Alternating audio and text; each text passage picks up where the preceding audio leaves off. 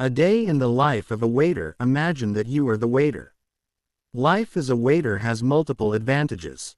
Not that it is all pleasure and no drudgery. Its greatest advantage is the crowd of people one meets. As a waiter does not meet them at a social level, there is no question of being involved. Nobody seems to mind the waiter.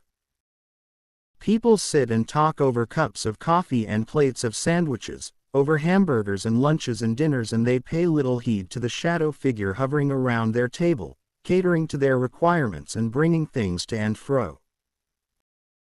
They discuss business deals and family affairs. They discuss problems, delinquent children as well as courtships and marriages.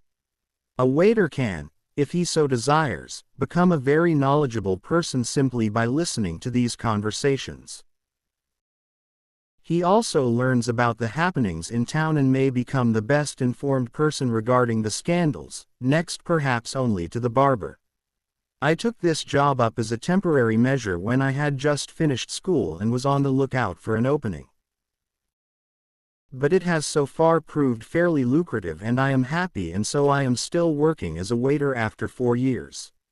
We can afford to begin our day lazily, for it stretches into the night. Yet we are seen as being very lazy.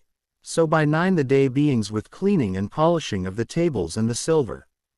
Except for 1 or 2 stray clients, the real arrival of customers is only at about 11 a.m.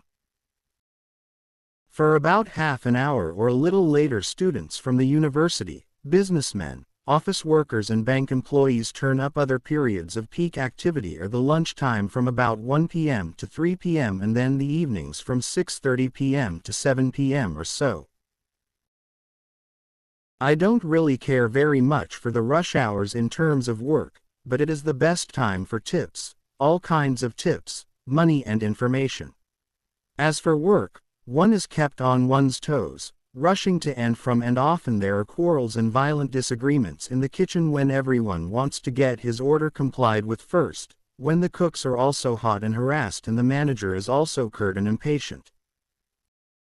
My job becomes very difficult at such times, for inside the kitchen I have to be aggressive or the cooks would not attend to me at all, and outside the kitchen I have to be polite and courteous, the perfect gentleman waiter.